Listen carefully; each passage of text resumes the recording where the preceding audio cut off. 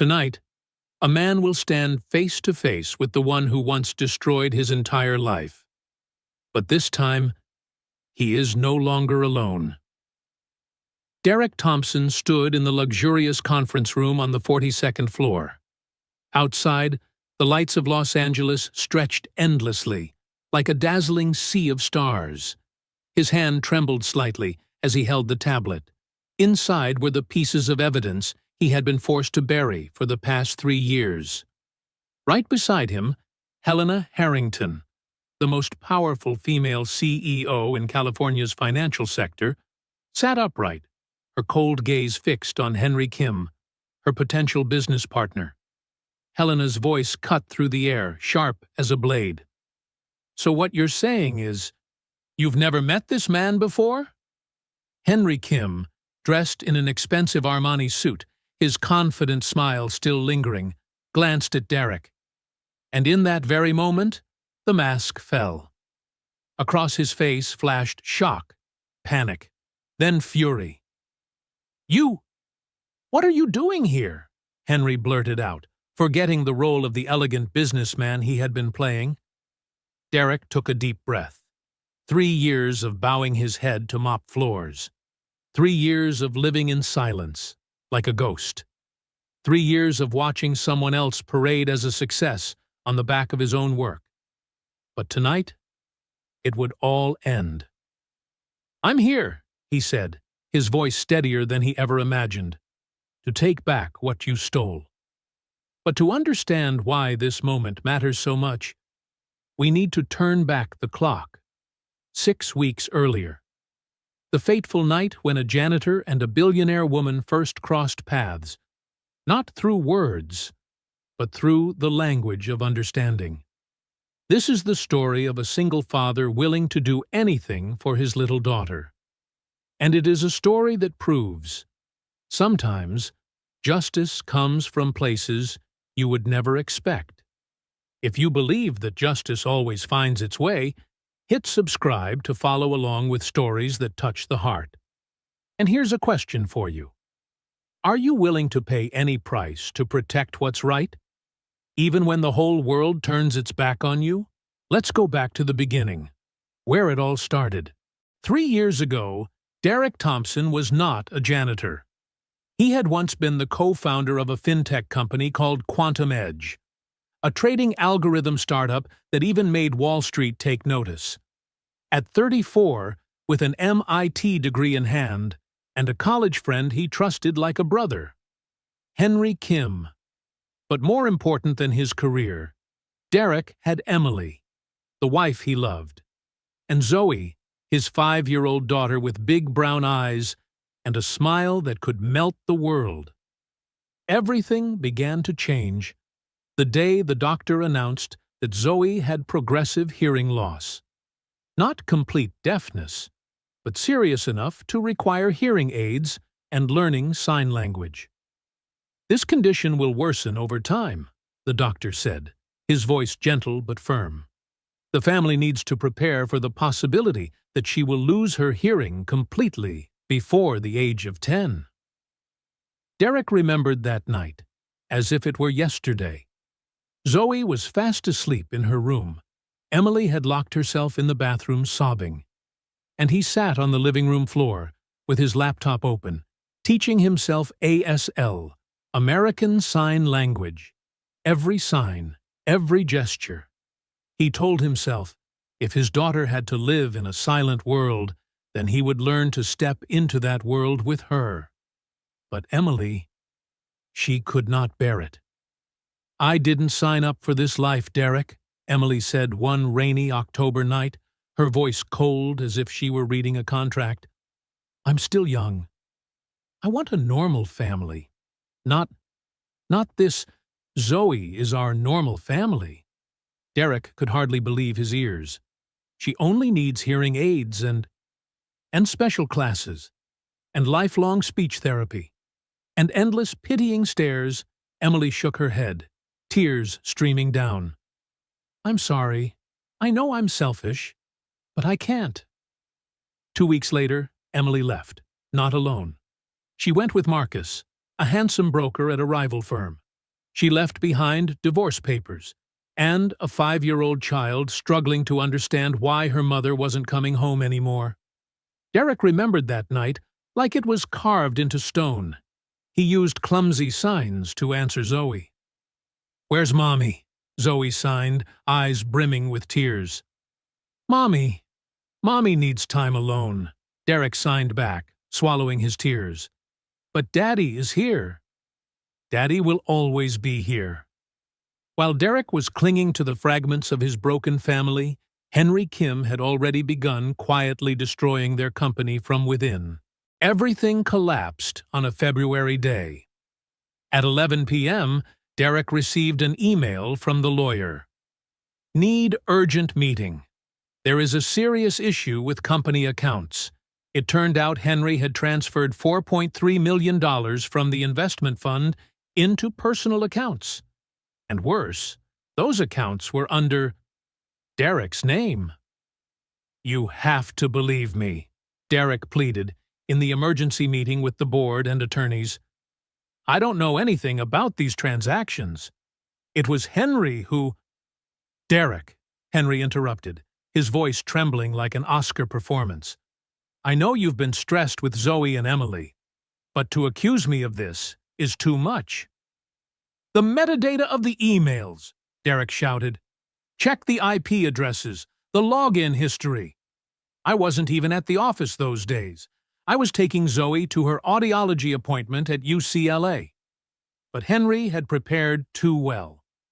Every digital trace pointed to Derek, verified digital signatures, even an audio recording, Derek's voice, clear as day, talking about moving funds into personal accounts to avoid taxes. A deep fake. Derek knew it instantly. But in 2021, the technology was still so new, no one believed a voice could be faked so convincingly. "I'm sorry, Derek," the board chairman declared coldly, "but the evidence is overwhelming. We have no choice but to refer this to the authorities." Within a week, Derek was arrested on charges of embezzlement and securities fraud. Within a month, every investor pulled out. Quantum Edge collapsed. Within 3 months, even though Henry generously withdrew the lawsuit, Derek's reputation was utterly destroyed. No financial company would hire him. No bank would lend to him. His accounts were frozen. His apartment was seized. And worse than poverty or public humiliation was the way people looked at him, like a traitor, a thief, a man who had deceived everyone. "Daddy," Zoe signed one night as they ate instant noodles in their tiny East LA rental room. "Why does everyone say you're bad?" Derek choked, his hands trembling as he signed back. "Because sometimes good people are accused of bad things. But you know the truth, and that's what matters." Zoe looked at him, her gaze startlingly serious for a 6-year-old. Then she signed, "You're the best daddy in the world." Derek broke down in tears. Tears because he knew that even if his daughter believed him, the world did not care. The world had already passed its judgment, and he, with a hearing-impaired child who needed special care, had no way left to fight.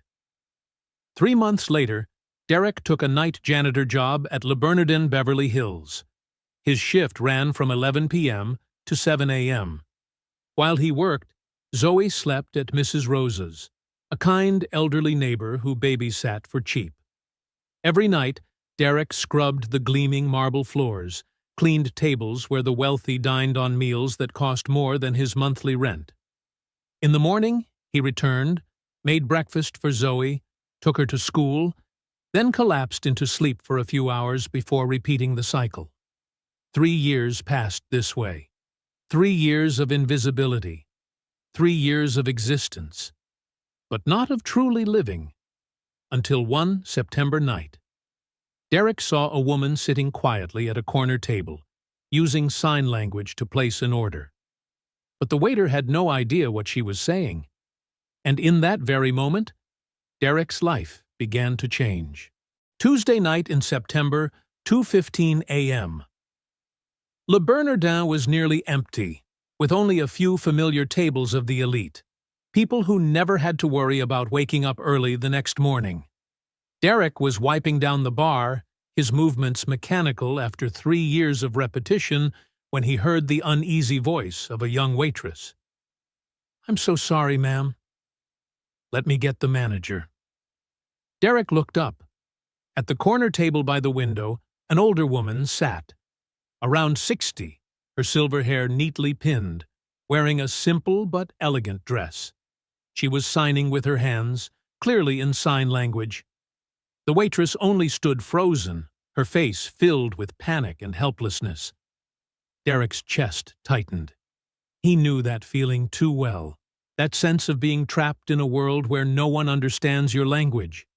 Just like Zoe, every time she tried to talk to kids at the park and only received puzzled stares, as if she had come from another planet. Before he even thought, Derek put down the rag and hurried toward the table. "Excuse me," he said softly to the waitress. "Let me help." The girl looked at him in surprise. Rarely did a janitor step forward like that, then sighed in relief, nodding gratefully as she stepped back. Derek turned to the woman and signed, "Good evening." "How may I help you?"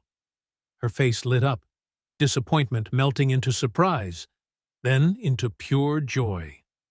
"Oh my," she signed with a beaming smile. "Finally, someone understands me. I just wanted to ask if the salmon here is cooked with lemon butter. I'm allergic to citrus." "Yes, ma'am," Derek signed back with a smile. "The salmon is only made with herb butter and lemon. Completely safe. I'll remind the kitchen to be extra careful." "Thank you so much," she signed, her eyes misting. "You don't know how much it means to me to finally have someone truly listen." Derek's throat tightened. "I understand. My daughter uses ASL too." "Your daughter?" Her gaze softened.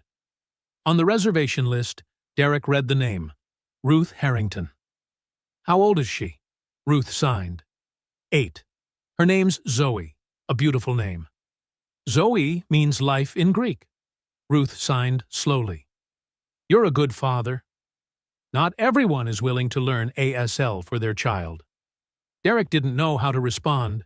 It had been so long, 3 years, since anyone had called him a good man, and actually meant it. "Derek." A cold voice cut through the moment. His heart jumped. Gerald, the night manager, stood there with a scowl. And beside him, Derek instantly recognized the woman, though he had never met her in person. Helena Harrington, CEO of Harrington Capital. The press once called her California's Wall Street Queen. Stern, sharp, uncompromising. And of course, the woman Derek had just been talking to, Ruth, was her mother. "I'm sorry, ma'am," Derek said nervously. "I was only trying to help." "You left your post for this?" Gerald snapped, his voice harsh. "You're a janitor, not a waiter." "Wait." Everyone turned. Ruth was signing rapidly, her face furious. "What's she saying?" Helena asked, her tone softening. "My mother says," Helena translated, a flicker of surprise in her eyes, "that this man is the only one here who treated her like a human being, not like a problem to be solved." She turned to Derek. "You know ASL?" "Yes, ma'am." Derek tried to keep his voice steady. "Where did you learn it?" A simple question, but to Derek, it felt like his past being stripped bare. At last, he exhaled. "Self-taught." For my daughter, Helena studied him, the eyes of a CEO who had stared down hundreds of rivals, analyzing every movement, every breath. "Your daughter is hearing impaired too?" "Hearing loss, ma'am. She wears hearing aids." In that moment, Helena's gaze softened ever so slightly. Just for a split second. But Derek noticed. It wasn't pity. It was deep empathy. "Sit down," Helena said, after Ruth signed a request. My mother rarely asks for anything. When she does, I listen. And so Derek, a night shift janitor, sat at the table with Ruth and Helena Harrington. Gerald could only stand helpless, then storm away, not forgetting to cast Derek a warning glare. "I want to hear about Zoe," Ruth signed, her eyes sparkling. Derek told the story. He told of the day Zoe was diagnosed, of learning ASL, of the first time she perfectly signed "Daddy, I love you." Ruth listened intently, nodding occasionally, sometimes signing questions. Helena remained silent, but her eyes were not cold. They were full of curiosity, concern. "Disability does not make us weaker," Ruth signed. "It makes us stronger. Zoe is lucky to have you." "No, ma'am," Derek signed slowly. "I'm the lucky one to have her." Helena observed in silence, but in her eyes Derek caught something strange, as if, for the first time, someone was seeing him not as a failed janitor, but as a father. Before leaving, Ruth signed one last sentence quickly. Helena's eyebrows rose slightly. "My mother would like to invite you and Zoe to our home this Sunday." 2:00. Derek was stunned. "I would be truly honored." Helena held out her phone. "Your number. I'll send you the address." When Derek's fingers brushed against Helena's hand, a spark shot down his spine. For a brief moment, their eyes met. No social classes, no roles, just two human beings, quietly recognizing something in each other. "Sunday," Helena said softly. "Be on time." Derek returned to his mop, but his hands wouldn't stop trembling. He had no idea that this seemingly brief encounter would change everything. And he also didn't know that at that very moment, in a luxurious downtown LA office, Henry Kim, the man who had ruined his life, was negotiating the biggest deal of the year with Harrington Capital. The wheel of fate had begun to turn. Sunday arrived faster than Derek expected. "Daddy," Zoe signed as he fumbled with her hair, something he was never good at. "Why do we have to dress up so nicely?" "Because today we're meeting someone special," Derek signed. "Her name is Ruth. She's also hearing impaired, like you, and she really wants to meet you." Zoe's eyes lit up. "Really? She uses ASL too?" "All her life. She can teach you many things."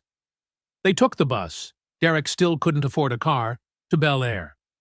Zoe gaped at the increasingly massive, luxurious houses. "Do rich people live here, Daddy?" "Yes, sweetheart." "Are they happier than us?" The question stopped Derek short. How could he explain to a child that happiness doesn't come from big houses or fancy cars when he himself was still struggling every day? At last, he signed, "Happiness doesn't come from wealth. It comes from the people we love. And I have you, so I'm the happiest man alive." Zoe smiled. "And I have you. So I'm the second happiest." The Harrington estate appeared. Not ostentatious, but refined and elegant. A world apart from the East LA rental. Helena opened the door. No business suit this time, but jeans and a cashmere sweater. Still expensive, but more approachable. "On time," she said. It was unclear whether it was praise or just a statement. "My mother's waiting in the back garden." Zoe shyly hid behind her father. Helena bent down, her expression softening. "Hello," she said slowly, so Zoe could lip read, then added in sign, awkward but sincere. "Your name is Zoe, right?" Zoe's eyes widened. "You know sign too?" "A little. My mother taught me when I was young. But I'm not as good as you," Zoe beamed, her radiant smile spreading. Derek saw Helena smile back, a smile unlike any he'd ever seen in glossy magazines. In the garden, Ruth was already seated under a white gazebo. She opened her arms in welcome. "Derek!" And this must be Zoe. At first Zoe was shy, But when Ruth began signing stories from her childhood about school for the hearing impaired, about struggles and joys alike, the girl quickly opened up. Helena stood beside Derek, quietly observing. "She's adorable," she said softly. "Like you." Derek was taken aback. Before he could answer, Helena asked directly, "Where's her mother?" "She left," Derek said simply. "She couldn't accept having a hearing-impaired child." Helena was silent for a moment, then bluntly, "Then she's a fool." The words stunned Derek. Then he laughed. The first genuine laugh in months. "Zoe's lucky to have you," Helena continued. "Not every father learns an entire new language just to talk with his daughter." "I'd do anything for her," Derek replied, simple but sincere. Helena studied him for a long moment.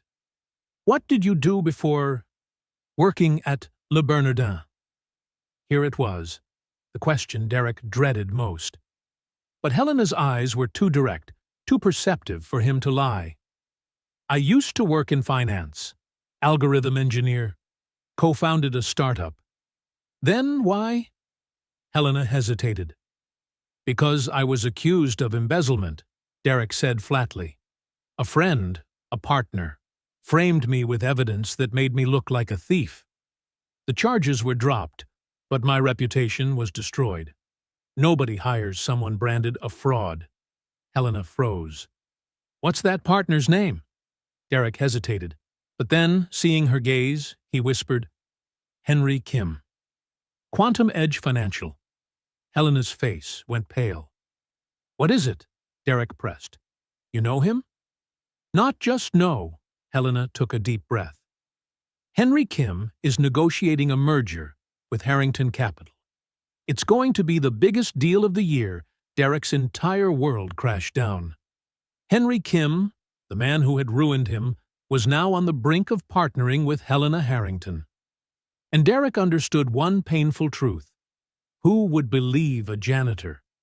Standing against a celebrated businessman? No one. That night, Helena couldn't sleep. She lay in her spacious bedroom, eyes fixed on the ceiling, her mind filled with images. The man whose eyes held far too much pain, the little girl with the radiant smile, the way Derek Thompson looked at Zoe as if she were his entire universe, and the way he spoke, the vocabulary of an educated person, the reasoning of a financial engineer, nothing like a janitor at all. But above all, the name, Henry Kim. At 2 a.m., Helena opened her laptop. She didn't believe in blind intuition, but she believed in data. And in Derek's story, there was something that didn't align with Henry Kim's perfect image. She started with public records. Quantum Edge Financial, founded in 2019, bankrupt in 2021. Co-founder, Henry Kim. No mention of Derek Thompson. Helena wasn't one to give up easily. She accessed California's business registration database, tracing archived versions. And then, in the original filing from March 2019, the truth appeared. Quantum Edge Financial LLC co-founders, Henry Kim and Derek Thompson Equity, split 50-50. But in the amendment from August 2021, just 2 months after the embezzlement scandal, Quantum Edge Financial LLC, CEO, founder, Henry Kim, former employee, Derek Thompson, engineer, 2019-2021, from co-founder to employee, from 50% equity to 0. Helena kept digging. The press wrote, "Senior engineer Derek Thompson charged with embezzling $4.3 million. CEO Henry Kim uncovered the misconduct. Charges were dropped due to insufficient evidence. Kim declares he doesn't want to ruin the life of a single father." The last line sent a chill down Helena's spine. A single father. That meant Henry knew about Zoe, knew everything, and still struck. Helena moved on to the patent section. There were as many as 17 patents Henry filed from 2021 to 2024, all related to trading algorithms, each patent worth millions of dollars. She randomly opened one, U.S. Patent number 1093, predictive algorithm for high-frequency trading based on multivariable regression analysis. Inventor, Henry Kim. Filing date, September 15, 2021. Approval date, March 22, 2022. But the PDF file's metadata said otherwise. File creation date, February 14, 2020. Original author, D. Thompson, Quantum Edge. Last edit, September 12, 2021. The author had been removed from the file. Helena sat bolt upright. This wasn't a coincidence. This was systematic fraud. She checked 5 more patents. All had the same pattern. Original files from 2019 to 2020 listed D. Thompson, then were edited and refiled under Henry Kim's name in 2021 to 2022. At 4:30 a.m., Helena called James Porter, the general counsel. "Helena?" James's voice was groggy. "Good Lord, at this hour?" "James, I need you to vet someone. Completely discreet. Name's Henry Kim, CEO of Quantum Edge. Henry Kim? Our merger partner?" "Yes, and precisely because of that. I suspect he stole intellectual property from a former partner and built his entire company on fraud." A heavy silence. "If that's true, and we've already signed the deal," James said quietly, "then Harrington Capital will be tied to a company that stole IP. We'll be sued. Our reputation will collapse." "I'll start first thing this morning," James replied. "But Helena, if he made it through initial due diligence, then he's very good at covering his tracks. But no one's perfect. Find me a crack." Helena hung up. Dawn began to break over Los Angeles. She thought of Derek, how he sat in the afternoon light patiently signing each word for Zoe. How he spoke to her mother with simple respect. The way he looked at Helena, not like a CEO, not like a powerful woman he needed to impress, but simply as a human being. "Damn it," Helena whispered. Because she realized she cared about Derek more than she should. She cared about whether he would be vindicated. She cared about justice. And that was dangerous. In business, emotion equates to bad decisions. But what if emotion was the only thing allowing her to see the truth? A week passed, and Helena deliberately stayed away from Le Bernardin. She was afraid that if she saw Derek, she would lose focus. But Ruth was different. "You're avoiding him," Ruth signed over Sunday breakfast. "Why?" "What are you talking about?" Helena pretended to concentrate on her coffee. "Derek. You haven't invited them back. I like Zoe. I want to see her again." "Mother, I'm busy." "There's a major deal." "For what?" "To avoid a good man." Ruth signed, her gaze sharp as a blade. "Helena, you're 39. You have an empire, you have success. But are you happy?" Helena set her cup down hard. "Happiness is not my priority." "That is the problem." Ruth signed slowly, emphasizing each word. "You're afraid. Just like your father was afraid when he found out I was deaf. He thought I was a burden. And then he left. You never told me that." "Because you never asked." Ruth gave a sad smile. "He didn't leave because he didn't love you. He left because he wasn't strong enough to love a deaf woman." Helena felt her throat tighten. "Derek isn't like that," Ruth continued. "He doesn't see disability as a burden. He learned an entire new language so his daughter wouldn't feel alone. That is real love. And you, Helena, you deserve a love like that." Helena was silent. All these years, she had built walls around her heart. The 7-year-old girl abandoned by her father still lived inside her. The teenage girl who heard whispers, poor thing, a deaf mother, a father who left, was still there. And the grown woman, afraid to love, because she feared being hurt, was still there, too. Invite them to dinner, Ruth signed, this Friday. I'll cook. You can't cook.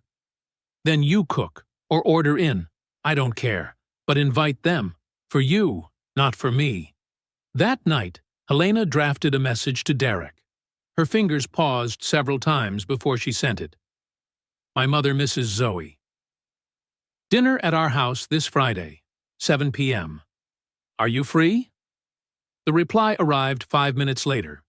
5 minutes that felt like an hour. I'd be honored. Zoe misses Mrs. Ruth, too. Should I bring anything?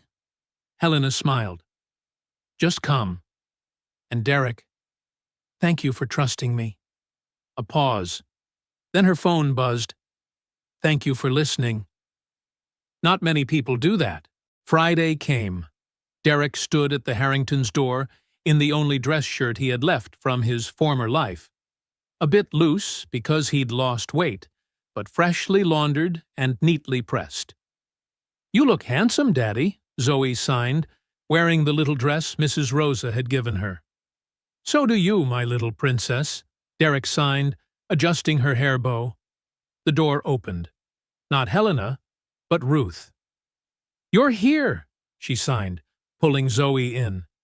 Zoe, I have something to show you. Zoe looked to her father for permission. Derek nodded. The two of them disappeared, leaving him alone in the foyer. My mother has no subtlety at all. Derek turned around. Helena stood on the staircase, wearing a simple navy dress. Not corporate, not fussy. But it made Derek catch his breath. You look beautiful, he blurted, then felt foolish.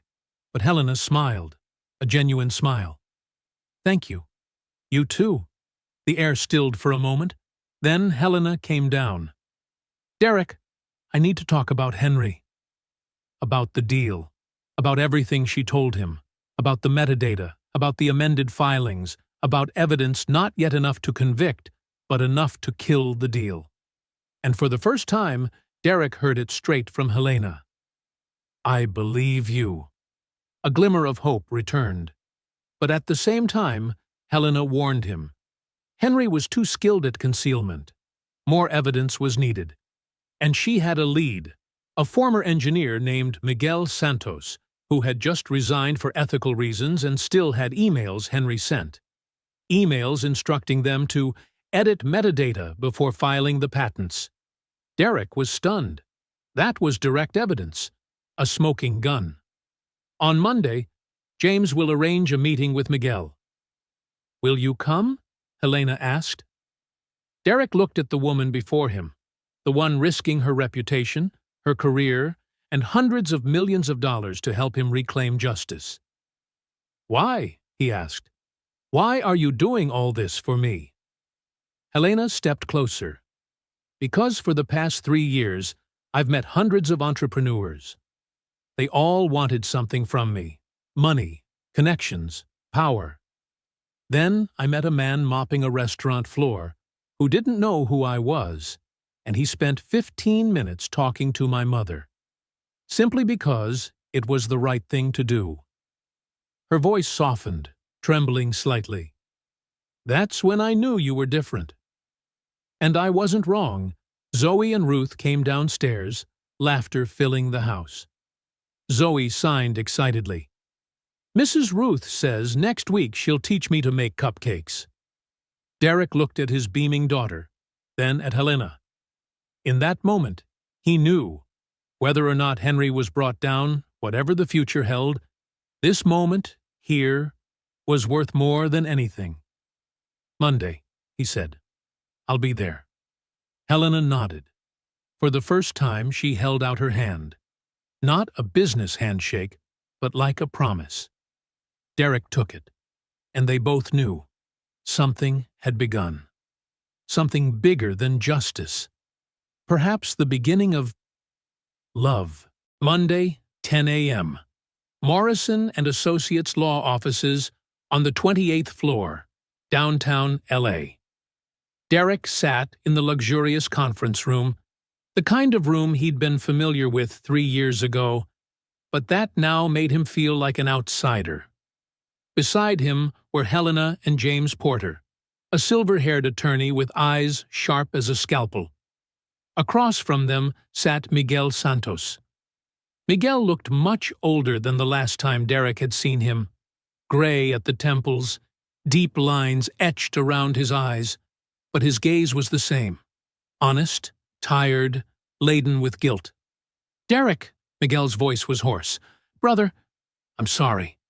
I should have spoken up long ago." "Why only now?" Derek began, then stopped.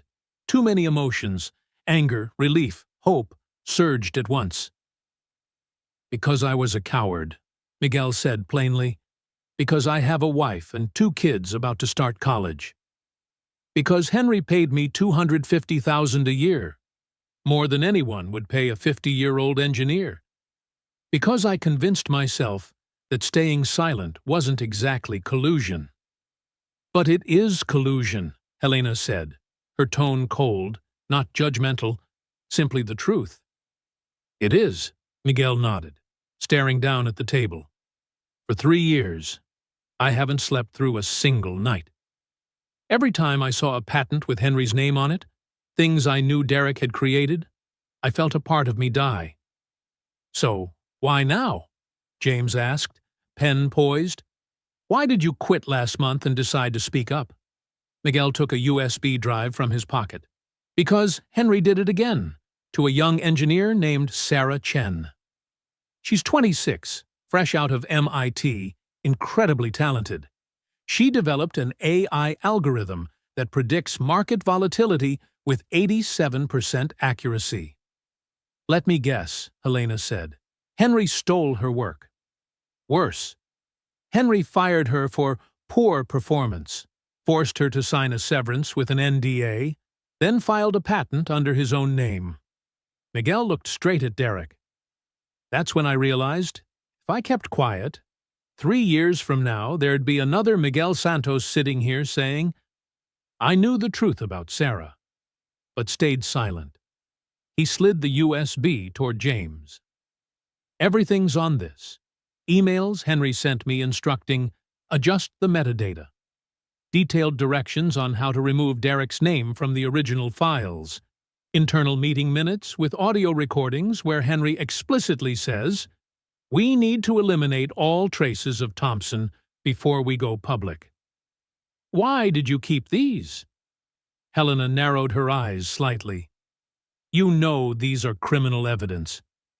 "Insurance," Miguel replied simply. "I don't trust Henry. If anything happened, I needed something to protect myself. At first I planned to use it only if Henry turned on me. But then I saw Sarah. A young woman destroyed the way Derek was, and I couldn't stay silent." James plugged in the USB and opened the folders. His eyes skimmed rapidly through the files. The stern look shifted to surprise, then to satisfaction. "This is—" James exhaled. "Irrefutable evidence. Emails with Henry's digital signature, original metadata, meeting transcripts with audio." He looked up at Miguel. "Do you realize you've just given me enough to indict Henry Kim for fraud, theft of intellectual property, and money laundering?" "I do." Miguel turned to Derek. "I also know nothing can make up for the 3 years you lost, but at least the truth will come out." Derek's throat tightened. 3 years of suspicion. 3 years living like a ghost. Now, with black and white evidence in front of him, he felt a massive weight lift from his shoulders. "Thank you," he whispered. "Thank you, Miguel." Miguel nodded, eyes reddening.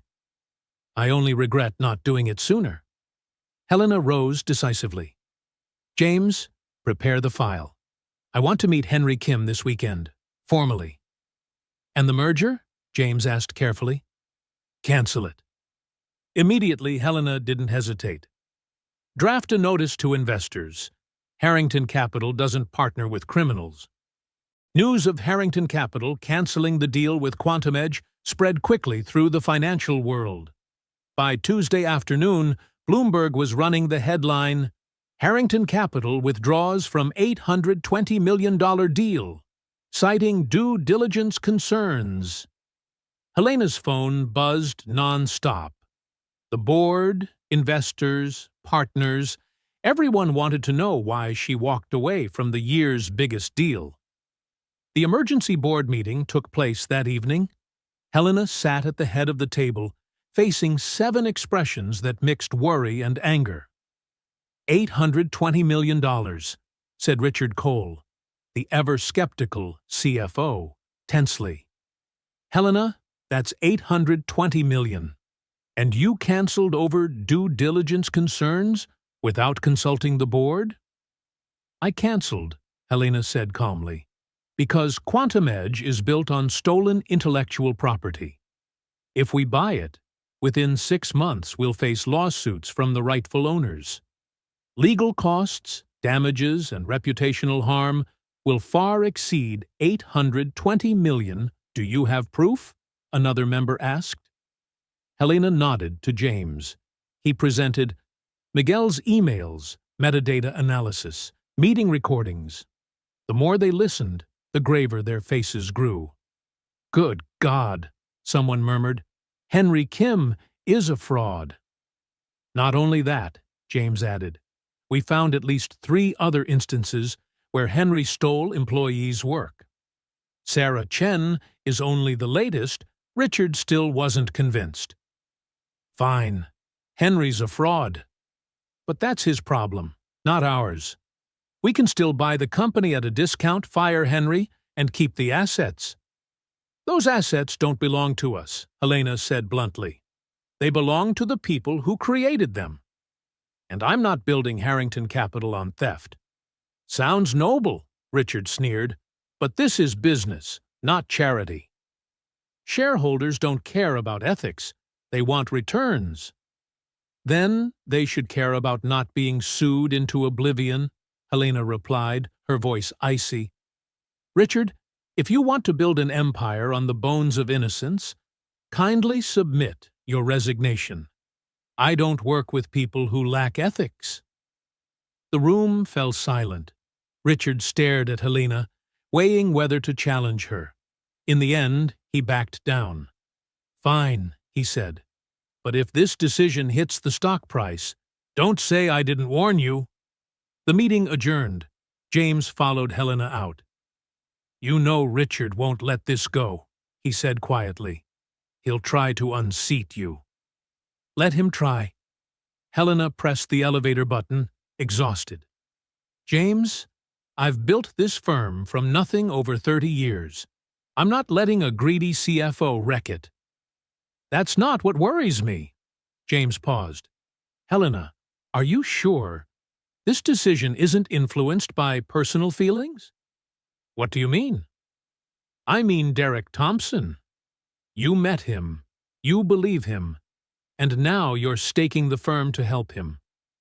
James spoke gently but firmly. I'm not saying that's wrong. But be certain this is the right business decision, not just because you feel responsible. Helena was silent for a long moment. James, if I said it's partly because of Derek, would you think I'm weak? No, I think you're human. James smiled. But know exactly what you're doing. Because once we go up against Henry Kim, there's no way back. I know, Helena said, and I'm ready. That night, Helena went to the small rental in East L.A. for the first time to see Derek. Derek opened the door, surprised and slightly flustered. What are you doing here? I need to talk. Helena glanced inside. A tiny, simple, but tidy room. One bed, a small wooden table with an old laptop, a plain wardrobe. On the wall were Zoe's drawings, a house, father and daughter, a son and green trees. Zoe's asleep, Derek said softly. stepping out and pulling the door nearly shut. "Let's talk out here." They sat on the steps outside. The LA night was warm. The sound of traffic drifted from afar. "The board wants me to go back to the deal," Helena said plainly. "They think I'm making a huge mistake." "And what do you think?" Derek looked at her. "I think they're more afraid of losing money than of doing wrong." Helena sighed. "But Derek, you need to understand. If we take this path, publicly accusing Henry, your life will get very difficult. Henry will strike back. He has lawyers, money, connections. He'll try to destroy you again." "He can't destroy what's already broken," Derek said, his voice sad but steady. "That's not true." Helena turned fully to him, eyes resolute. "You're not broken. You were knocked down, but not broken. There's a big difference." "You don't understand," Derek gave a bitter laugh. "You don't know what it's like to lose everything. Waking up every morning, watching your kid eat instant noodles because her dad can't afford more. Having to tell her you can't see the audiologist because you don't have insurance. Having to—" His voice caught. Helena lightly placed her hand on his. "You're right," she said softly. "I don't know. I was born into wealth. I've never worried about rent or meals, but I know what it's like to lose someone you love, to be betrayed by someone you once trusted. And I know that sometimes choosing between safety and justice is the hardest choice of all." Derek looked at her delicate hand resting on his calloused one. "You're risking too much for me," he said. "Not for you," Helena corrected gently. "For what's right. And, fine, maybe partly for you." She smiled. "But mainly because I couldn't look at myself in the mirror if I let Henry walk free. What if everything fails? What if he wins? Then at least we'll know we tried. And that's more than most people." Helena gave his hand a slight squeeze. "I can't promise victory, can't promise justice will surely come. But I promise this. This time, you won't be alone." No matter what happens, Derek looked into those hazel green eyes, honest, steadfast. He understood. This wasn't just a war with Henry, but a journey to find himself again, to reclaim the dignity he thought he'd lost. "All right," he said. "We do it." Helena smiled, a truly warm smile. "Then Thursday morning, we meet Henry. James is getting things ready. I'll be ready." They sat a while longer, shoulder to shoulder, gazing at stars blurred by the city's haze. "Helena," Derek said softly, "when this is all over, whatever the outcome, I want you to know. You're believing me, fighting for me. That's the greatest gift anyone's ever given me." Helena turned, her face inches from his. "Derek." No one could tell who moved first. They kissed, gentle, tentative, full of promises not yet spoken. When they drew apart, Helena chuckled, cheeks flushed. "Was that a good idea?" "Probably not," Derek admitted, "but I don't regret it." "Neither do I." Helena stood, smoothing her hair. "I'm going. Meeting with the lawyers tomorrow." "Helena," Derek called as she stepped down. "Thank you. For everything." She glanced back, her eyes soft in the night. "Don't thank me yet." The hard part's still ahead. And she was right. Because at that very moment, in a plush downtown office, Henry Kim took a call from an insider at Harrington Capital. "Helena Harrington is investigating you. She has Miguel Santos, the emails, and Derek Thompson." Henry set the phone down. His face went blank for a beat. Then a smile emerged, cold and dangerous.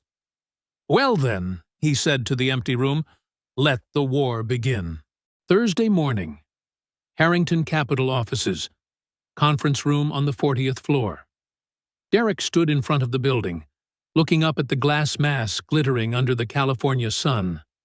3 years ago, he used to walk into places like this as the co-founder of a promising tech company. Today, he walked in as a man reclaiming his life. "Are you ready?" Helena appeared beside him, wearing a navy suit, her familiar battle attire. "No," Derek admitted, "but I don't think I'll ever be completely ready." Helena squeezed his hand, a quick, discreet gesture, but enough to transmit strength.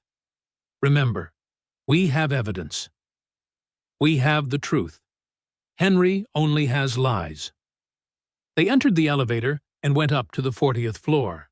James Porter was already waiting in the conference room, along with 2 attorneys and a recording technician. "Everything's set," James reported. "Henry Kim will arrive at 10 a.m. with his lawyer, Richard Steele from Morrison and Beck." "They don't know what we have." "Good," Helena nodded. "Let them be confident." Confident people tend to slip. At exactly 10 o'clock, the door opened. Henry Kim walked in, impeccably dressed in a Brioni suit, hair neatly slicked back, wearing a confident smile. Behind him was Richard Steele, a tall, silver-haired lawyer with the face of someone used to winning. But when Henry saw Derek, his step faltered for a beat. Shock, then anger, and fear? "Derek," Henry kept his courteous tone. "What a surprise." "I think so too," Derek replied, calmer than he expected. For 3 years he'd imagined this moment, facing Henry and speaking the truth. And in reality, the rage didn't explode like he thought. What remained was fatigue and resolve. "Mr. Kim," Helena began, her voice cold and professional, "thank you for coming. We have some serious issues regarding the merger. I understand Ms. Harrington has withdrawn."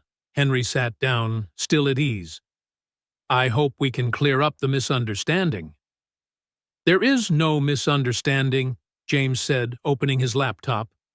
"We discovered that Quantum Edge's core assets, 17 trading algorithm patents, were not developed by you."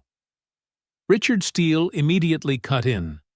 "That is a serious allegation. I hope you have evidence." "We do." James rotated the screen. "Emails from you, Mr. Kim, to Miguel Santos, senior engineer, dated September 12, 2021. You wrote, quote, "Miguel, need you to adjust the metadata in the algorithm files before filing. Remove any reference to D. Thompson. Ensure logs only show me as creator." Silence. Henry looked at the screen, his face unchanged, but his eyes clearly calculating an escape. "Emails can be forged," Richard countered. "They can," James nodded. "Except these bear Mr. Kim's digital signature, verified by Quantum Edge's server.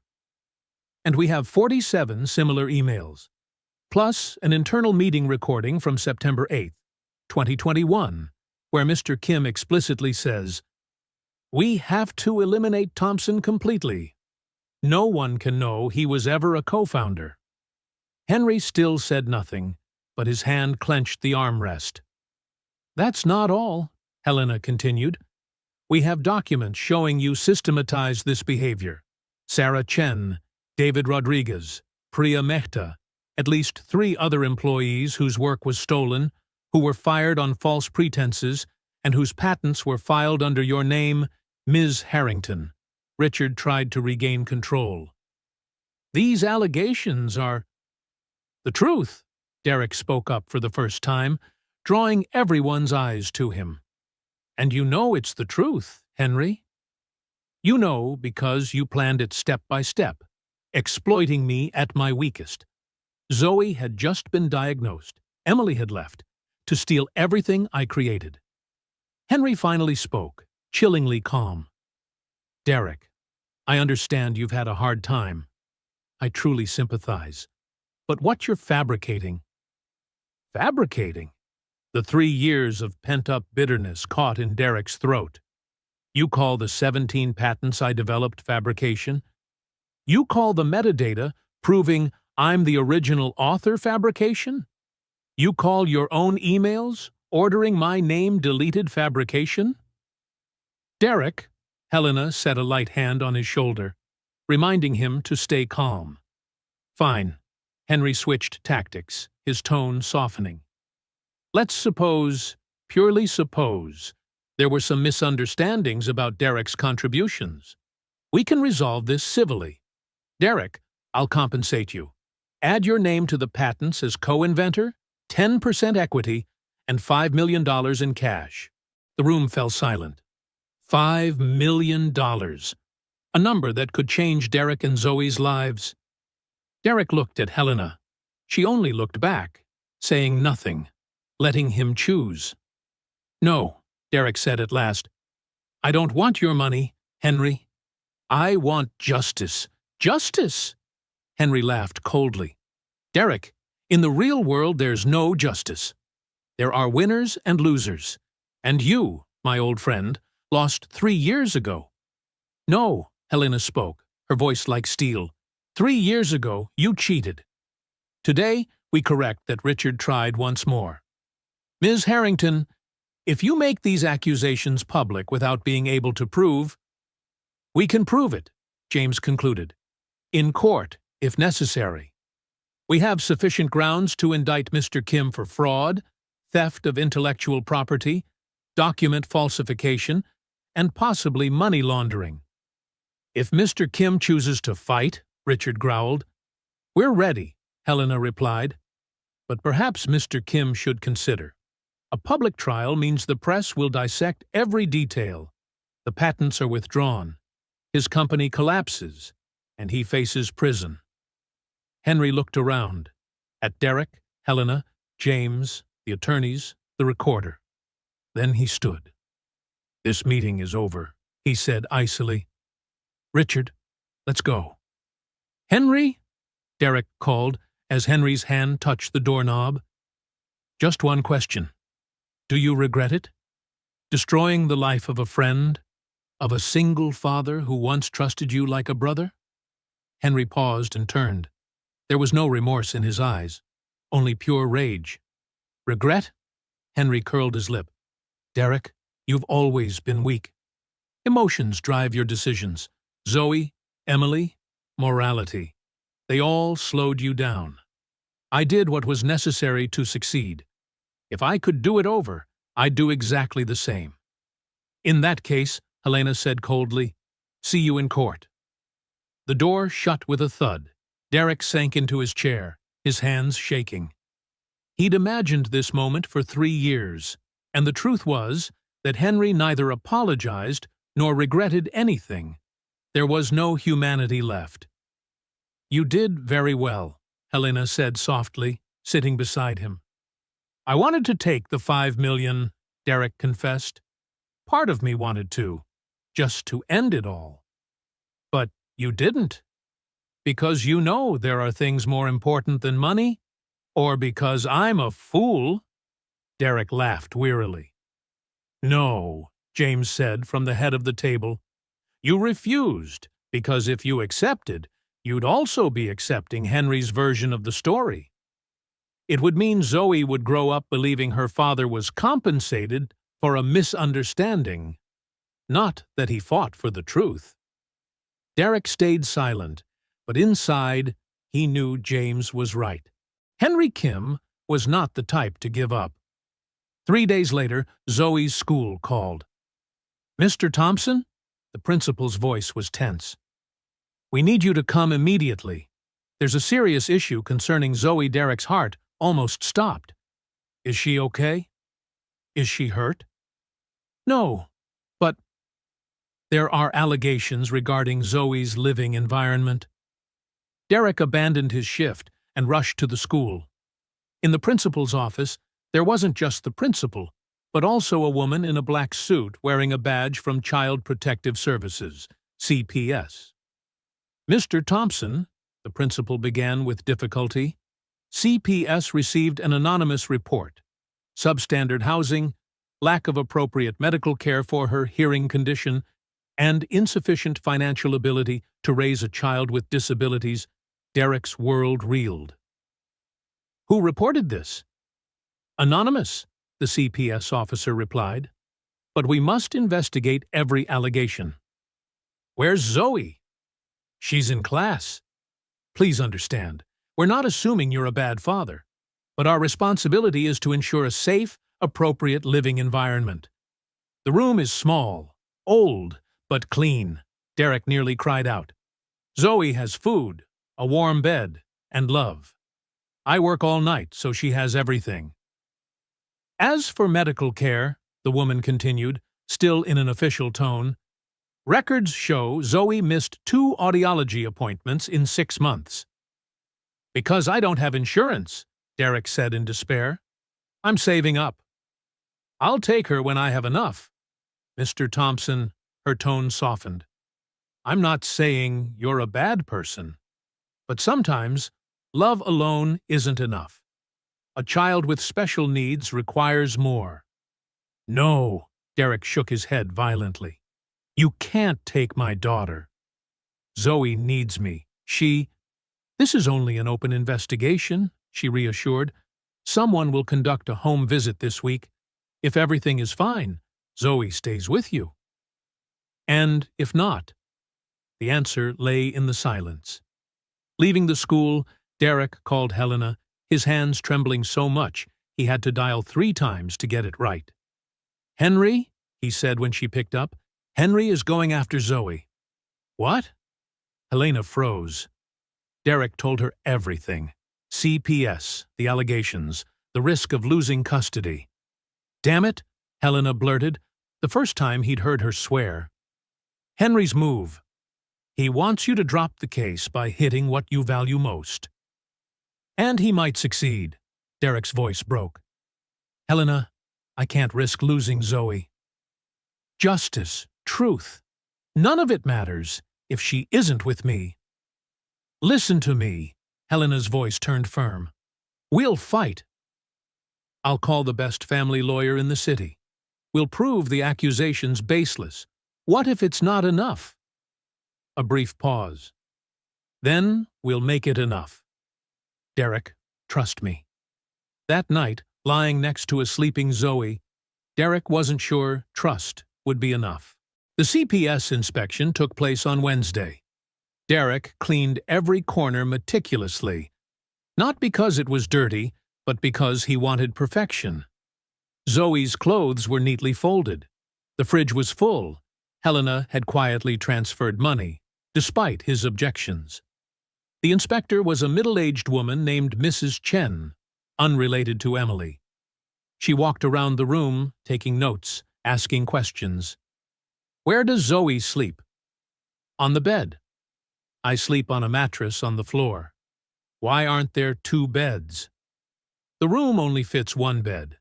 Zoe always gets the good bed. That's my priority, she wrote, her face neutral.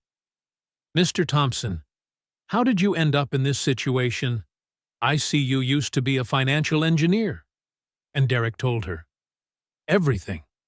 Quantum Edge, Henry, the fabricated allegations, 3 years in the shadows. As he spoke, he cried. The tears he'd held back for 3 years finally spilling out. I know this room isn't perfect, he said. Zoe deserves better. But I love her more than anything. Every morning I wake up for her smile. I can't lose her. Mrs. Chen set down her pen and looked at him. Her gaze had softened. Mr. Thompson, she said gently, in 15 years doing this job, I've met many bad parents.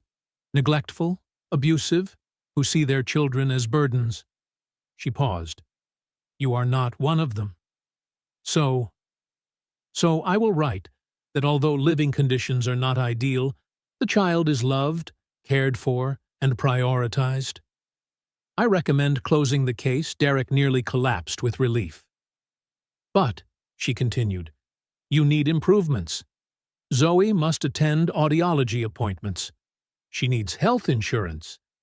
And this room is too small for 2 people. I know. I'm trying. I can see you're trying. And that's what matters. She stood. I'll send the report within 2 days. She left. Derek sat down on the floor and cried, from relief, exhaustion, and a newly kindled resolve. That evening, Helena stopped by with Mrs. Ruth and Zoe. The three had spent the entire afternoon together. "Daddy!" Zoe ran in, signing excitedly. "Mrs. Ruth taught me to bake. Next week, Sister Helena's taking me to the movies." Derek looked over at Helena.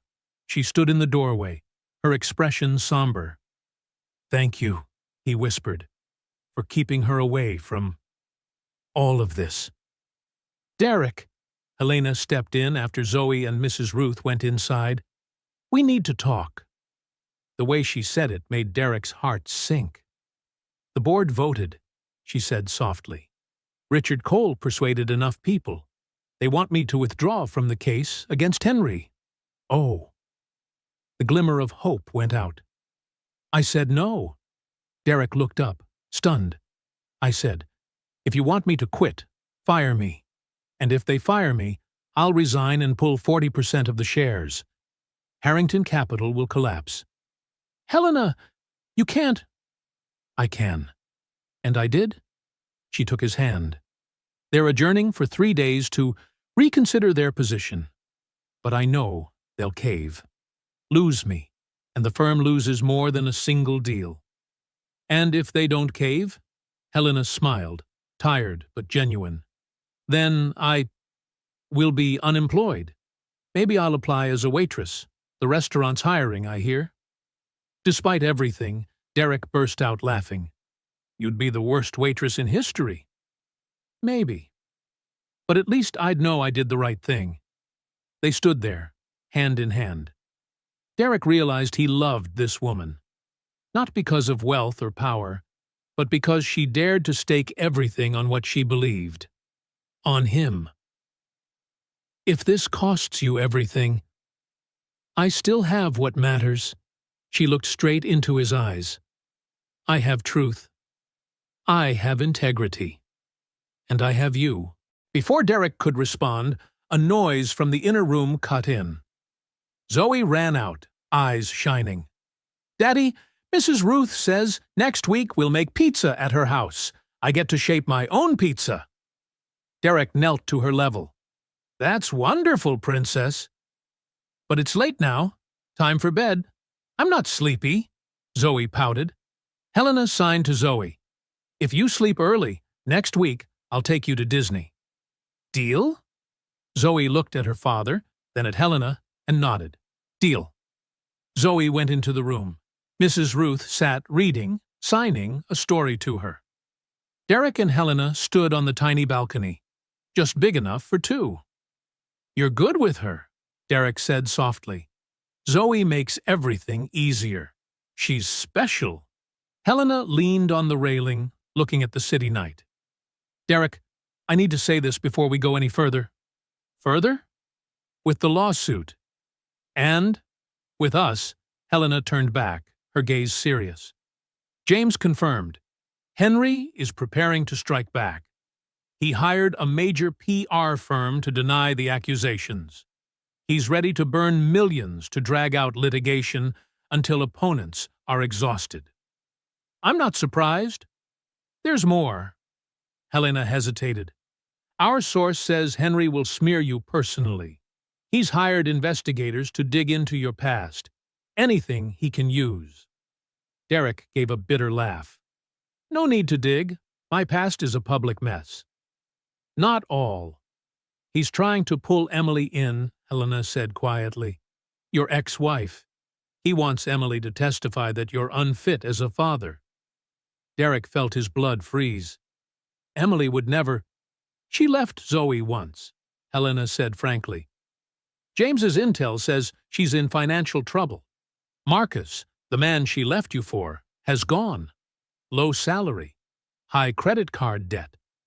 If Henry throws enough money at her—" "No." Derek shook his head violently. "She may have left us, but she wouldn't destroy her own daughter for money."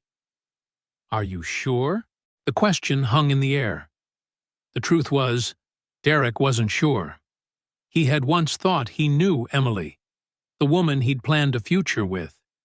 But she had left, walked away from a hearing-impaired child because she had not signed up for this life. If she could do that, what else was she capable of? "We have to prepare for the worst," Helena said. "James is assembling a defensive file. My mother is ready to testify about your parenting. Zoe's school will confirm she's happy and well cared for. And if Emily shows up to say I'm unfit—" Derek couldn't finish. Helena took his hand. "Then we fight. I won't let Henry take your daughter, I promise." "You can't promise that." "Yes, I can." Helena stepped closer, her voice resolute. "I'll use every resource to protect you and Zoe. Every lawyer, every connection, every dollar if needed. Henry thinks he wins with money? I have more money, and unlike him, I'm willing to spend it on what's right." Derek looked deep into those hazel green eyes, filled with determination and something deeper. Love. "Why?" he whispered. "Why do you do all this? Risk your career, your reputation, possibly your company, for a janitor and his hearing-impaired daughter?" "Because," Helena's voice caught, "I spent my life building an empire, thinking success was everything. Then I met a man who refused $5 million on principle. A father who sleeps on the floor so his child has a soft bed. A person who would rather be poor than compromise his values." She paused, wiping away a tear. "And I realized, all money and power are meaningless if they're not used to protect people like you, good people crushed by the world." "Helena!" "I love you, Derek." The words burst out like a dam breaking. "I know it's crazy. We've only known each other a few weeks, but I can't help feeling this way. Seeing you and Zoe, watching you fight upstream, I see the kind of person I want beside me. The person who makes me want to be better." Derek was speechless. Too many emotions crashing over him. Astonishment, happiness, fear. "You don't have to say anything," Helena rushed on. "Just know why I'm fighting, not out of obligation or pity, but because I can't imagine my life without you and Zoe." "Helena," Derek finally found his voice, "for 3 years I've convinced myself I didn't deserve love. I failed, as an entrepreneur, as a husband, as a man. The only thing that kept me from going under was Zoe." He reached up and touched her cheek. "Then you showed up. You didn't see me as a failure. You saw someone worth fighting for. You gave me what I thought I'd lost forever: hope." "Derek, let me finish." He smiled, tears spilling over. "I love you, Helena Harrington. I love your strength and your kindness, the way you treat your mother like a queen, the way you kneel to Zoe's level to sign, the way you're willing to risk everything for what's right." They kissed. Not the tentative kiss from before, but a committed one. A promise. Whatever happens, they will face it together. When they pulled apart, both were laughing and crying. "So we're doing this," Helena said. "Against Henry." "Against everything together," Derek nodded. Suddenly Mrs. Ruth appeared and signed, "Have you two kissed yet? If not, you're too slow."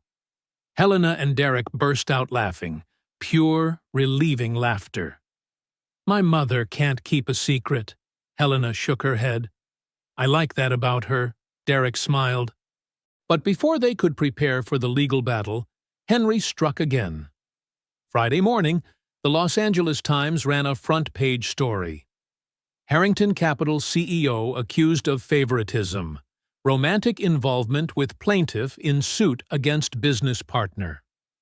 The article, based on anonymous sources, painted Helena as a woman ruled by emotion, with an inappropriate relationship, with a service worker with a past allegedly involving embezzlement.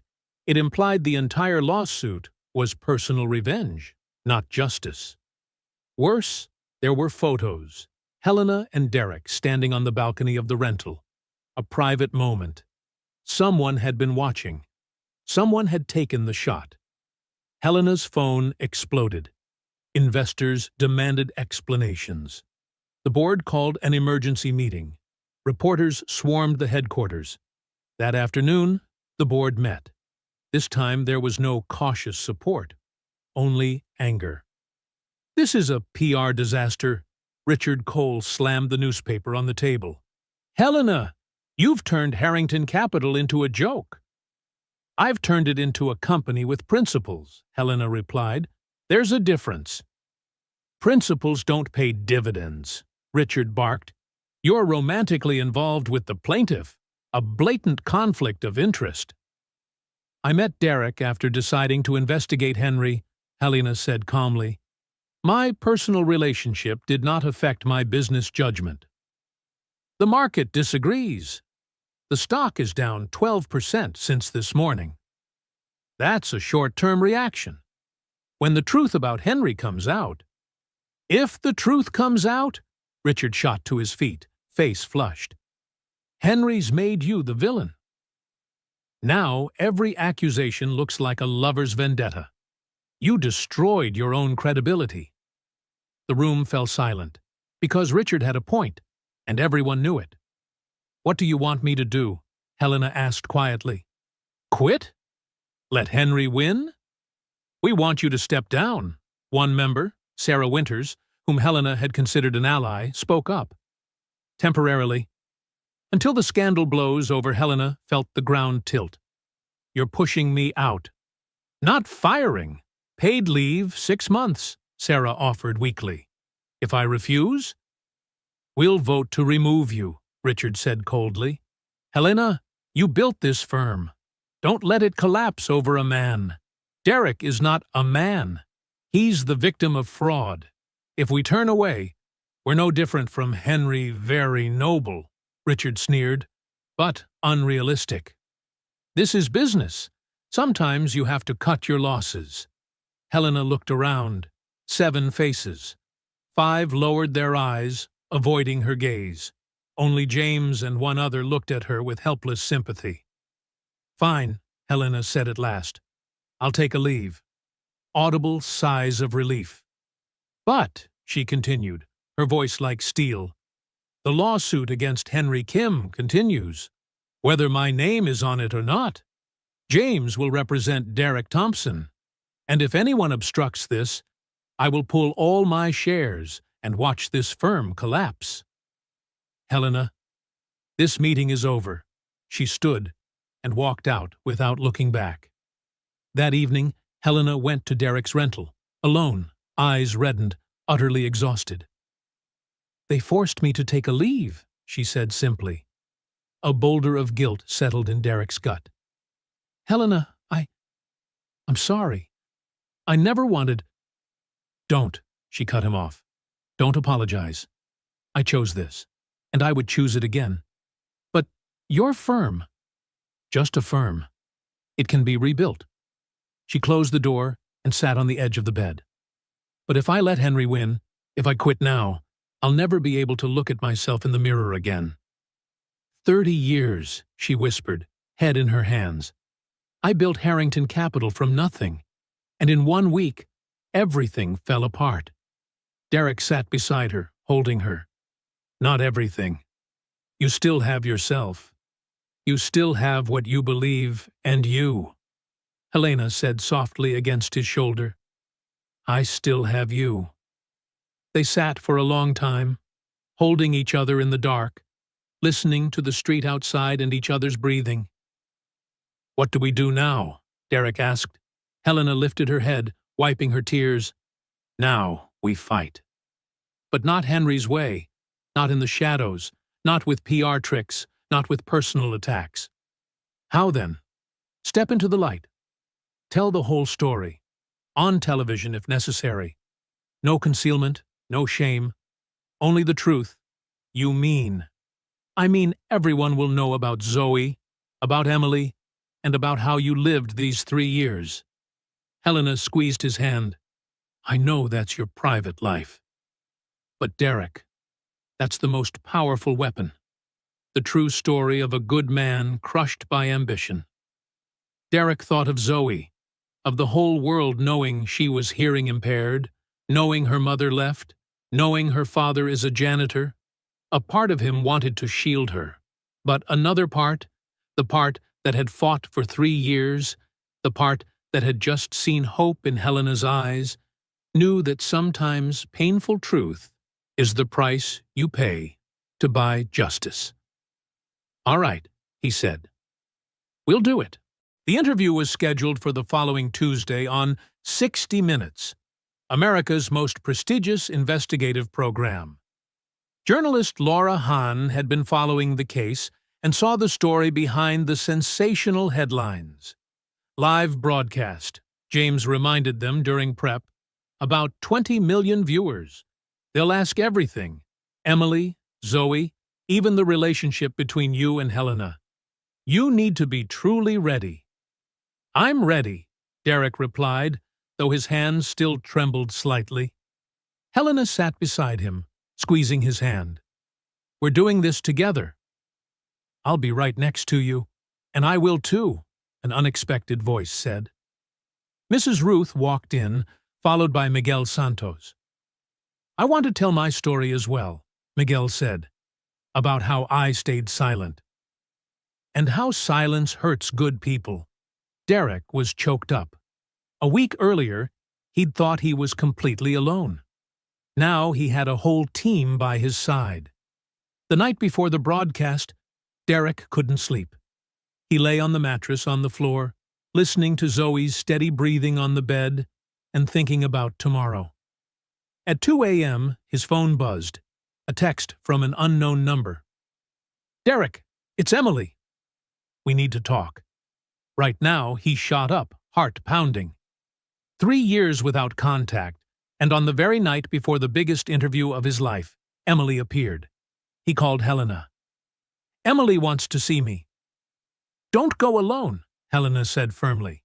"It could be a trap. Henry may have bought her off, or she really wants to talk." "Derek, I need to know, Helena. I have to hear it from her directly." He looked over at Zoe, sleeping soundly. "If Emily plans to testify against me tomorrow, I have to be prepared." They met at a 24/7 cafe in West Hollywood. Derek arrived with Helena and James, both for protection and as witnesses. Emily was already seated in a corner. 3 years hadn't taken her beauty, but her eyes were etched with fatigue, something makeup couldn't hide. "Derek," she stood, unsure whether to hug him. In the end, she stopped short. "Emily?" His voice was colder than he intended. "What do you want?" "I heard about the interview, the lawsuit, and that Henry Kim has reached out." Derek's stomach tightened. "How much did he offer?" Emily flinched. "You think I came for money?" "You once left our daughter to pursue an easier life. So yes, I think money could make you do anything." The verbal slap made Emily recoil. Tears welled. "I deserve that. I know, if you intend to testify against me—" "I'm not," Emily rushed to say, her voice shaking. "That's why I called. Henry offered $200,000 for me to testify that you're an unfit father, that Zoe isn't safe with you. And I told him to get lost." Emily wiped her tears. "I've done terrible things. I left you. I left our child. I chose the easy road, instead of being the mother of a child with special needs. Those things will haunt me for the rest of my life." She looked up, eyes red. "But I'm not a monster. I know you love Zoe more than anything. You are the best father she could have. I will never say otherwise, no matter what anyone pays." Derek felt the defensive walls inside him crumble. "Why? Why speak up now?" "Because I understand silence is complicity." Emily choked up. "For 3 years I left you alone, let Zoe grow up without a mother. I thought disappearing was best. Turns out, it was cowardice." She pulled out an envelope. "This is a recording of my conversation with Henry. He offered me money to lie on the witness stand. He explicitly said he wants to take Zoe from you, to force you to drop the suit." James opened the envelope, listened quickly. His face lit up. "This is evidence of obstruction of justice and witness tampering.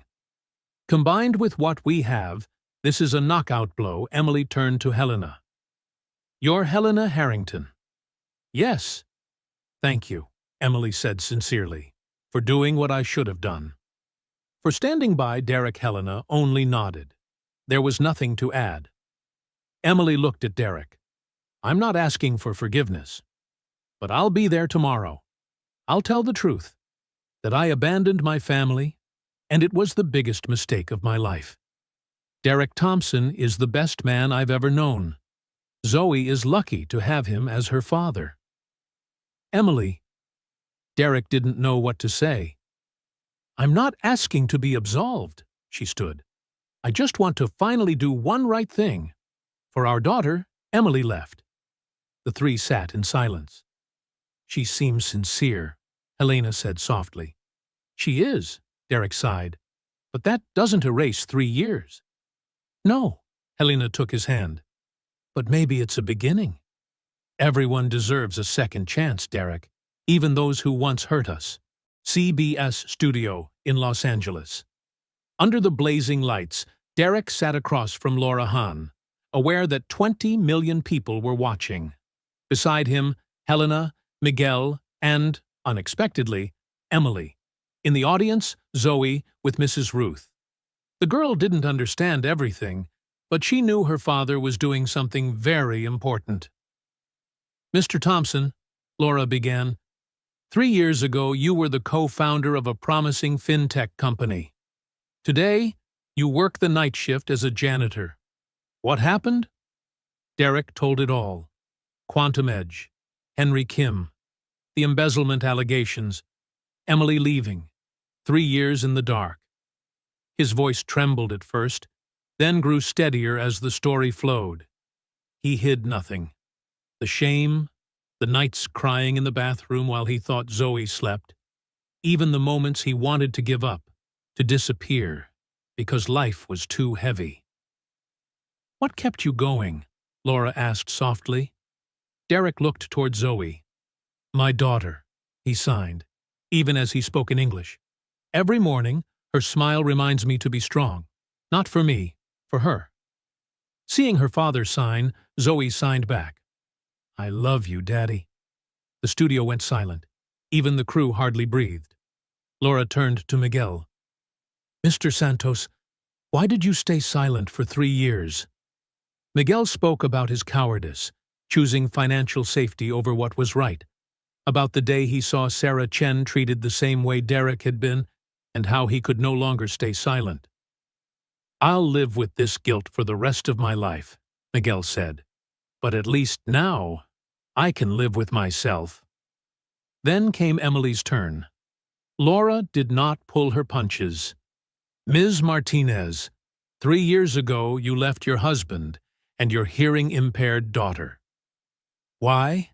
Emily didn't make excuses. "Because I was a coward. I wasn't strong enough to face a future different from the plan. I looked at my daughter as a problem to solve instead of a child who needed love." Tears spilled. "But I'm here today to say, Derek Thompson is the best father and the best man I've ever known. Anyone who says he's unfit, they are completely wrong." Finally, Helena. The question everyone wanted asked, "Ms. Harrington, you risked your career, your reputation, even your company for Mr. Thompson. Some say you're ruled by emotion. How do you respond?" Helena looked directly into the camera, her voice steady as steel. "I respond that we live in a world where caring about justice is labeled emotional, where protecting victims is called bias, where love is seen as a weakness instead of a source of strength." She paused a beat. "I've spent 30 years building Harrington Capital, and I'm proud of that. But if I have to choose between the firm and what's right, I will choose what's right, every time. Because in the end, what defines us isn't money or titles, but the times we stood up for what we believe. And Mr. Thompson? Laura asked. Do you love him? Helena turned to Derek and smiled. I love him. I love his courage, his kindness, the way he loves his daughter. And I am not ashamed of that. The interview ended with Derek hugging Zoe, Helena standing by his side. For the first time in 3 years, Derek felt he no longer had to hide. Public reaction came fast and fierce. Within 24 hours, #JusticeForDerek climbed to #1 on Twitter. Millions shared the story, demanding that Henry Kim be held accountable. Tech giants, Google, Microsoft, Apple, simultaneously emphasized ethics in the industry. Several CEOs publicly pulled any collaborations connected to Henry. The heaviest blow came from the Patent Office. After reviewing the file James Porter submitted, they suspended all 17 patents under Henry's name to investigate fraud. Without patents, Quantum Edge had nothing. Investors pulled out, clients canceled contracts. Within a week, the empire Henry had built on lies collapsed. Henry Kim was arrested for fraud, theft of intellectual property, obstruction of justice, and witness tampering. 3 months later, the trial opened. Derek sat in the gallery, holding Helena's hand, watching the man who had once been his friend, who had destroyed his life, stand before the judge. Henry Kim, Judge Melissa Grant said, her voice cold as steel, you systematized fraud for years, destroying the lives of those who trusted you. You built wealth on the pain of others. Henry stood silent, face expressionless, but his shoulders trembled slightly. Sentence: 7 years in federal prison, $12 million in restitution to the victims, and prohibition from engaging in business activities for 10 years after release. The gavel struck. Curtain down. As he was led away, Henry looked back at Derek one last time. No more arrogance, no triumphant smile, only the realization that in the end, justice had arrived. A year passed, and Derek's life changed in ways he hadn't dared to dream. From the restitution, plus the restoration of authorship on the patents, Derek founded a new company, Thompson Technologies. Not flashy, but his, truly his. Miguel Santos became CTO. Sarah Chen, the engineer Henry had once railroaded, became head of AI. And Helena? After leaving Harrington Capital, this time voluntarily, she became a strategic advisor to Thompson. I spent 30 years building an empire for myself, she said, when Derek asked why. Now I want to build something that means something. They married in the spring in Mrs. Ruth's garden. Zoe was the little bridesmaid, signing the vows for them both. Emily came too, not as an honored guest, just as a mother who wanted to witness her daughter's happiness. Mrs. Ruth, of course, cried from beginning to end, signing to anyone who would watch. I told you so from the start. Zoe, now 9, attended a wonderful inclusive school, with friends and teachers who understood. Most importantly, she had a family.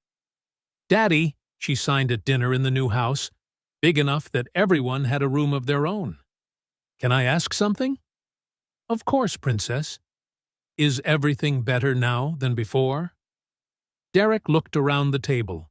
Helena smiling at one of Mrs. Ruth's stories, candles swaying, the smell of food they had cooked themselves.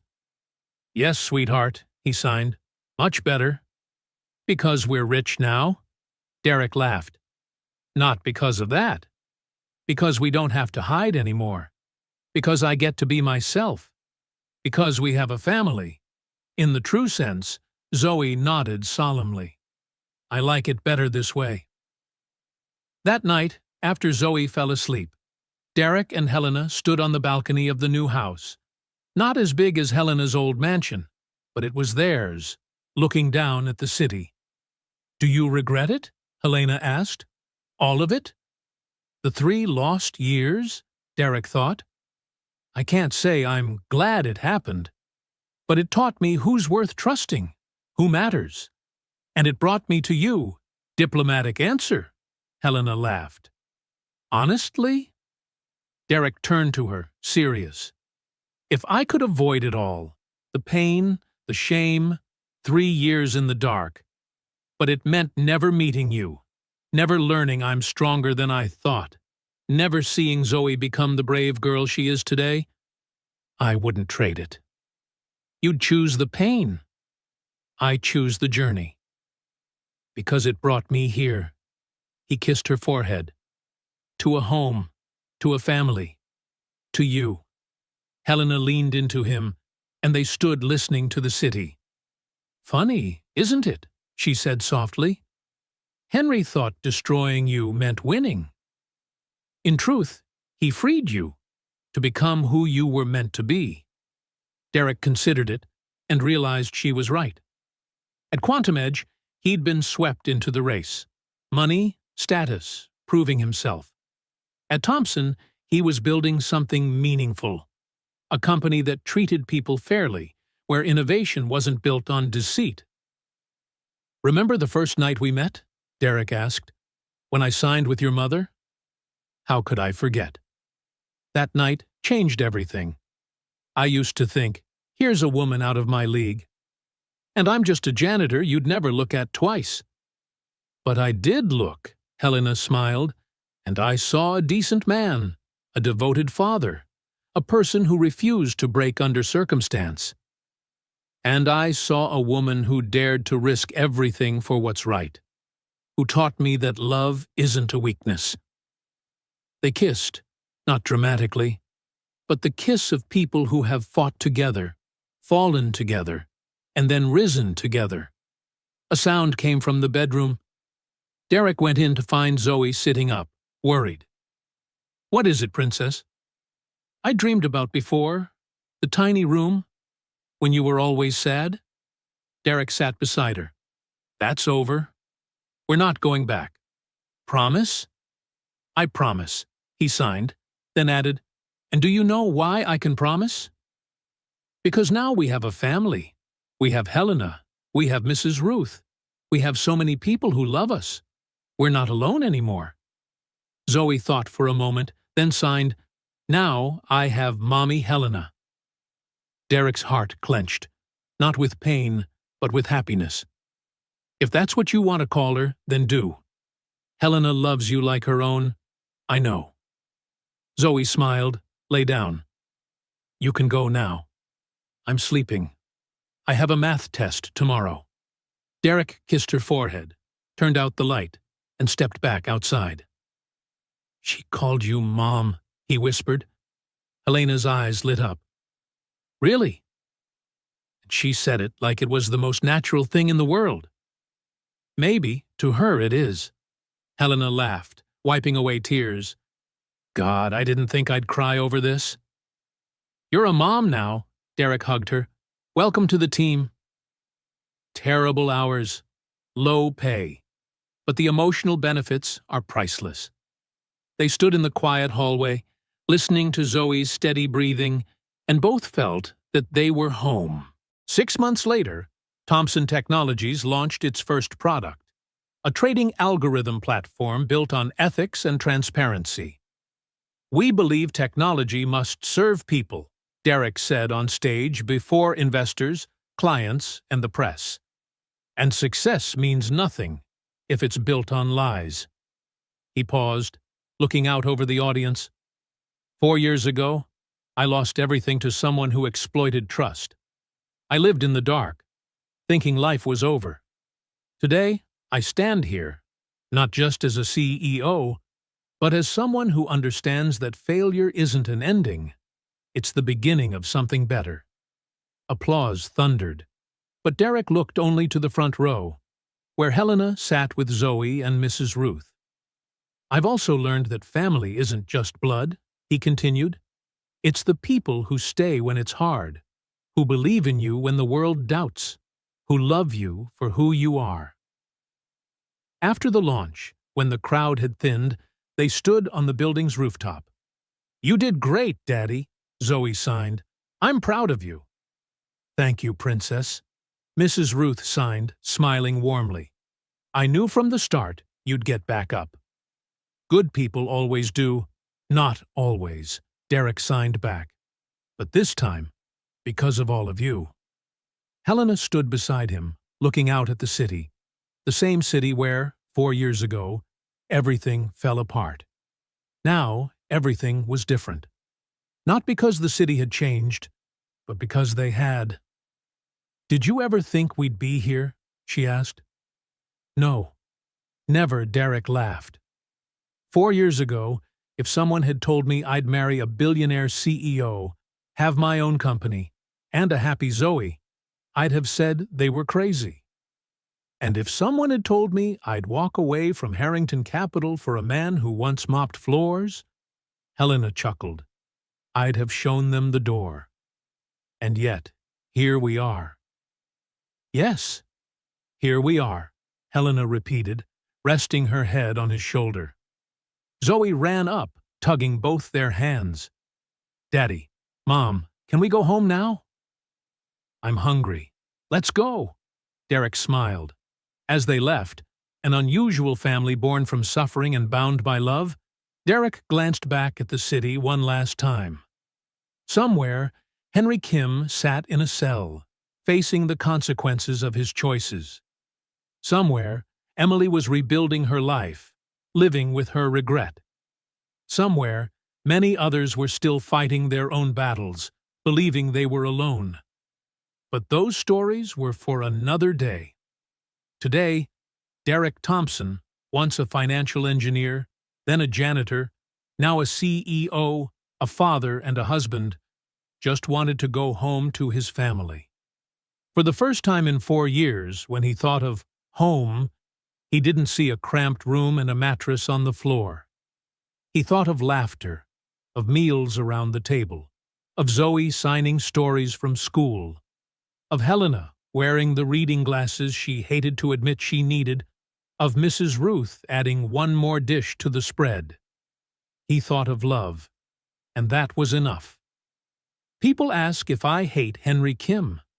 The answer is no. Hatred requires energy I'd rather spend on those I love. People ask if I regret the years I lost.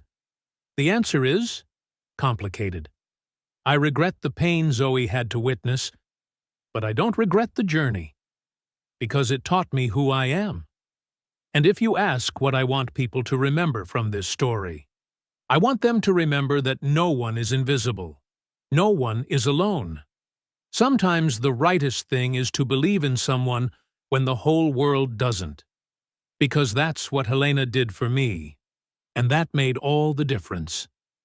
If this story touched you, please like, subscribe, and turn on the notification bell so you won't miss more stories that touch the heart.